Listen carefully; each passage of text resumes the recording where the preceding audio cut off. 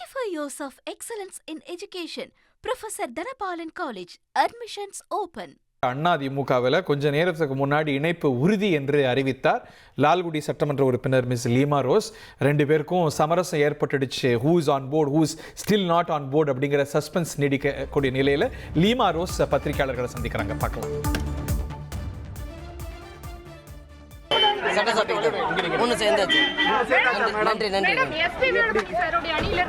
நன்றி நன்றி நன்றி நன்றி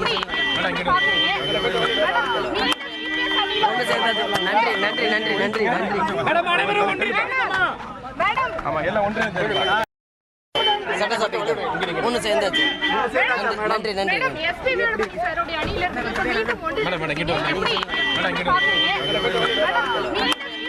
ஒன்று சேர்ந்தாச்சு. நன்றி நன்றி நன்றி நன்றி நன்றி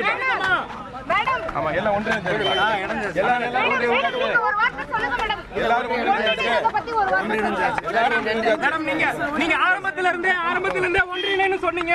இன்னைக்கு அது நடந்திருக்கா மேடம்?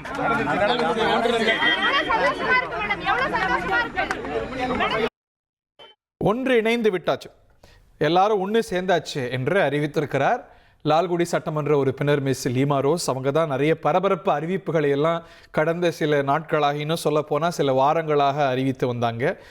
சற்று நேரத்துக்கு முன்பாக ஒரு 11 மணி அளவில் சி.வி. சண்முகம் இல்லத்துக்கு வந்த அவர் இணைப்பு உறுதி என்று அறிவித்தார்.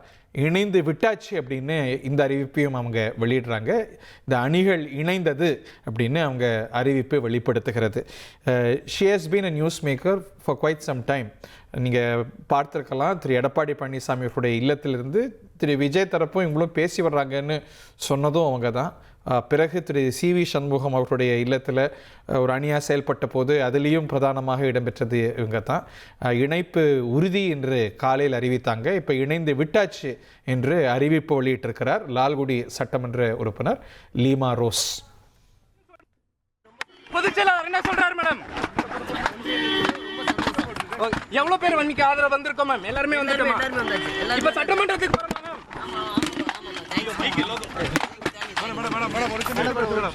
பொதுச்செயலாளர் என்ன சொல்றாரு மேடம்? எவ்வளவு பேர் வன்னிக்கு ஆதரவு வந்திருக்கோம் மேம்? எல்லாருமே வந்துட்டோமா? இப்ப சட்டமன்றத்துக்கு போறோம் மேம். எல்லாரும் வந்தாச்சு, ஒன்று சேர்ந்தாச்சு. இதுதான் ஒன் லைன் பிரேக்கிங் நியூஸ். எல்லாரும் ஒன்று கூடியாச்சு, எல்லா அணிகளும் இணைந்தாச்சு அப்படின்னு அவங்க அறிவிப்பை வெளியிடுறாங்க. Of course we have to avoid further details. இதில் இன்னும் ஆன்போர்டு வராமல் சில பேர் இருக்கிறாங்களா, இல்லை எல்லாரும் வந்தாச்சா, மாற்று கருத்து கொண்ட நபர்கள் சட்டமன்ற உறுப்பினர்கள் யாரேனும் இருக்கிறாங்களா, இல்லை இந்த இப்போது தாவேகாவுக்கு போன எம்எல்ஏக்கள் தவிர, ராஜினாமா செய்தவர்களை தவிர ஆன்போர்டு எல்லாரும் வந்தாச்சா என்ற தகவல்களை நம்ம எதிர்நோக்குவோம். பட் அவங்க அறிவிக்கிறாங்க எல்லாரும் வந்தாச்சு, அணிகள் இணைந்தாச்சு என்று. அடுத்து சட்டமன்றத்துக்கு போகிறீங்களா அப்படிங்கும்போது ஆமாம் என்கிறார்கள். ஏனென்றால் டிஸ்குவாலிஃபிகேஷன் கோரிக்கையை 2 தரப்பும் வச்சுருக்கிறாங்கிறத பார்க்குறோம். குறிப்பாக திரு எடப்பாடி பழனிசாமி அவர்கள் அவங்க தரப்பில் தலைமை கூற்றை மீறி, கொறடா உத்தரவை மீறி வாக்களித்தவங்க டிஸ்குவாலிஃபை ஆகணும், அவங்க மீது தகுதி நீக்க நடவடிக்கை வேணும் அப்படின்னு கோரியிருந்த நிலையில் அதை பின்வாங்கக்கூடிய ஒரு சூழலும் ஏற்பட்டிருக்கிறது. அதை பின்வாங்கணும் அப்படிங்கும்போது அதுக்கு சில ரிக்வெஸ்ட்ஸ் இருக்கிறது. எங்களுடைய நிலைப்பாடுக்கு வருந்துகின்றோம் அப்படின்னு மாற்றி நிலைப்பாடு எடுத்து அந்த தரப்பும் விளக்கம் கொடுக்கறதுக்கான வாய்ப்பு இருக்கிறது, இல்லை மன்னிப்பு கோர்றதுக்கான வாய்ப்பு இருக்கிறது. இந்த ப்ரொசீஜர்ஸ் எல்லாம் நிறைவேறும் பட்சத்தில் 2 அணிகளாக செயல்பட்டு வந்தாங்க. சட்டமன்ற குழுவே 2 குழுவாக செயல்பட்டு வந்தது. இந்த பக்கம் 25 எம்எல்ஏக்கள் இருந்தாங்க, அந்த பக்கம் 22 எம்எல்ஏக்கள் இருந்தாங்க. 2 பேரும் 2 நிலைப்பாடு எடுத்து ஃப்ளோர் டெஸ்ட்டில் வாக்களித்தாங்க. இந்த எண்ணிக்கை மாறிக்கொண்டே இருந்ததை பார்க்கின்றோம். ஃப்ளோர் டெஸ்ட்டுக்கு முன்னாடி ஒரு ஃபேக்ஷனாக செயல்படும் போது முதல்ல 36 அப்படின்னாங்க, 32 என்றாங்க, 25 என்றானது, இந்த 25 மேலும் குறைந்தது. அதில் சில தாவேக்கால போய் இணையவே செஞ்சுட்டாங்க. இப்படியெல்லாம் இருக்கக்கூடிய ஒரு சூழலில் இந்த எண்ணிக்கை திரு சி.வி. சண்முகம் அவர்களுடைய இல்லத்தில் செயல்பட்ட எம்எல்ஏக்களுடைய எண்ணிக்கை 15, 14 என்றெல்லாம் குறைந்து போனது. இந்த சூழலில் இந்த 2 அணிகளும் ஒன்றாக இணைய தீர்மானித்து விட்டார்கள் என்று காட்சிகளும் அறிவிப்புகளும் பைட்ஸும் சவுண்ட் பைட்ஸும் நமக்கு உணர்த்துகிறது. அது என்ன வடிவம் பெற்றிருக்கிறது, என்ன ஃபார்முலாவில் இணைந்திருக்கிறாங்க, ஏதாவது பரஸ்பர கோரிக்கைகள் நிபந்தனைகள் வைக்கப்பட்டு ஏற்கப்பட்டிருக்கிறதா, இல்லை அதெல்லாம் இல்லாமல் போய் சேர்ந்திருக்கிறாங்களா என்ற விவரங்கள் இனி வரக்கூடிய நிமிடங்கள்லையும் மணி நேரங்கள்லையும் நமக்கு ரொம்ப தெளிவாகும்.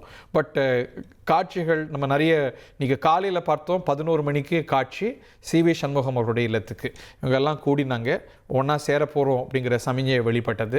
அதுக்கு பிறகு சபாநாயகர் அலுவலகத்துக்கு வந்தார். சபாநாயகர் அலுவலகத்துக்கு திரு டாக்டர் C விஜயபாஸ்கர் வந்தார். அவர் தான் இந்த ரிபல் ஃபேக்ஷனுடைய கொறடாவாக நியமிக்கப்பட்டவர். ஸோ அந்த கிளைம் எல்லாம் அவங்க விட்ரா பண்ணுறாங்களாங்கிற கேள்வி எழுந்திருக்கிறது.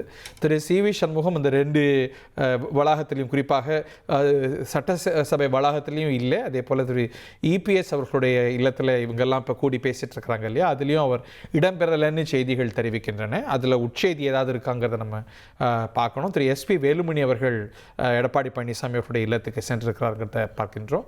ஸோ அடுத்து என்ன, எப்படி இணைஞ்சிருக்கிறாங்க, அங்கே ஏதாவது ஒரு ஃபார்முலாவில் இணைஞ்சிருக்கிறாங்களா, பரஸ்பரம் ஏதாவது கோரிக்கைகளும் நிபந்தனைகளும் வைக்கப்பட்டு ஏற்கப்பட்டதா என்பதெல்லாம் பார்க்கணும். இப்போது இந்த MLAக்கள் பலர் முக்கியஸ்தர்கள், மாவட்ட முக்கியஸ்தர்கள், மாவட்ட செயலாளர்கள், தலைமை நிலைய பொறுப்பில் இருக்கிறவங்க, தலைமை கழக பொறுப்பை அலங்கரிக்கிறவங்க, அந்த பொறுப்புகளுக்கு வேறு நபர்கள் மாற்றி அப்பாயின்மெண்ட் பண்ணிருக்கிறாங்க திரு எடப்பாடி பழனிசாமி அவர்களால். இவங்களுடைய பொறுப்புகள்லாம் மீண்டும் ஒப்படைக்கப்படுமா, இல்லை பரவலாக ரிப்போர்ட் ஆகிறது போல் ஒரு வருஷத்துக்கு அந்த நிபந்தனைகளாக இல்லாமல் செயல்பாட்டின் அடிப்படையில் மாற்றம் இருக்குமாங்கிறதெல்லாம் நம்ம பொறுத்திருந்து பார்க்கணும். எந்த அடிப்படையில் ஒன்று கூடி இருக்கிறாங்க, யார்கை ஓங்கி இருக்கிறது, இல்லை கண்டிஷன்ஸ் எல்லாம் இல்லாமல் ஒன்று மணி நம்ம செயல்படுவோம் அப்படின்னு எந்த டீட்டெயில்ஸுக்கும் போகாமல் இணைஞ்சிருக்கிறாங்களா என்பதெல்லாம் பார்க்கணும். பட் நமக்கு சமிக்ஞைகள் உணர்த்துவது, காட்சிகள் உணர்த்துவது, ஏன் அறிவிப்புகளே உணர்த்துவது 2 தரப்பும் ஒன்றா கூடி இருக்கிறாங்கன்னு. இன்றைக்கி அணிகள்லாம் கிடையாது, செல்வி ஜெயலலிதாவுடைய லட்சியம் நிறைவேறும் அப்படின்னு அதிமுகவுடைய இணைய ஹேண்டில் செய்தி வெளியாச்சு. செல்வி ஜெயலலிதாவுடைய ஸ்பீச், அந்த ஐகானிக் ஸ்பீச், 100 ஆண்டு காலம் என்ன கடந்தும் இந்த கட்சி இருக்கும் அப்படின்னு சொன்ன இந்த ஸ்பீச் அவங்க போட்டிருந்தாங்க. அதுவே இந்த சமரசத்துக்கான முன்னோட்டமாக இல்லை சமிக்ஞையாக பார்க்கப்பட்டது. இப்போது இந்த ஒரு பெரிய ஆம்பிகுவிட்டியும் இல்லை, பெரிய குழப்பமெல்லாம் இல்லை. இந்த 2 தரப்பும் ஏதோ வகையில் இணைந்து செயல்படுவது, ஓரணியாக செயல்படுவது என்பதை காட்சிகள் நமக்கு உணர்த்துகிறது. எப்படி செயல்பட போகிறாங்க, மீண்டும் அவங்களுக்கு பதவிகள்லாம் வழங்கப்பட போகுதா இல்லையா, இல்லை இவங்க எதை ஸ்டீரிங் கமிட்டியெல்லாம் கோரினாங்க அதெல்லாம் முழுவதுமாக நிராகரிக்கப்பட்டதா இல்லையா என்பதை நம்ம பார்க்கணும். 35 years of excellence in education. Professor Dhanapalan College. Admissions open.